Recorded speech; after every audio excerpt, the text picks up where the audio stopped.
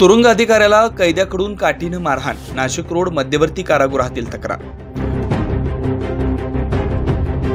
नाशिक रोडच्या मध्यवर्ती कारागृहात गैरवर्तन करू नये असं समजावून सांगणाऱ्या तुरुंग अधिकाऱ्यास बंदिवान कैद्यानं काठीनं मारहाण केल्याचा धक्कादायक प्रकार नुकताच समोर आलाय। या प्रकरणी संशयित साहिल कालसेकर यांच्या विरोधात नाशिक रोड पोलीस ठाण्यात गुन्हा दाखल करण्यात आलाय। मध्यवर्ती कारागृहात तुरुंगाधिकारी जगदीश ढुमणे हे कारागृहाचं मंडल कार्यालयात बंदिवान कैदी साहिल यास गैरवर्तनाबाबत सांगत असताना त्याने तुरुंग अधिकारी ढुमणे याच्यासोबत हुज्जत घातली।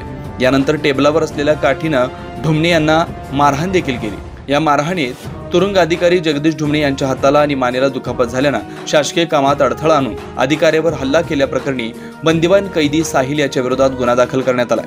पुढील तपास पोलीस करतायत। मागील काही दिवसांपूर्वी देखील याच कारागृहात मोबाईल बंदी असताना देखील मोबाईल आढळलेला होता आणि चक्क तुरुंग अधिकाऱ्यालाच मारहाण झाल्यानं चर्चेला उधाण आलं होतं। 9 न्यूज महाराष्ट्रासाठी प्रतिनिधी वैभव घुगे, नाशिक।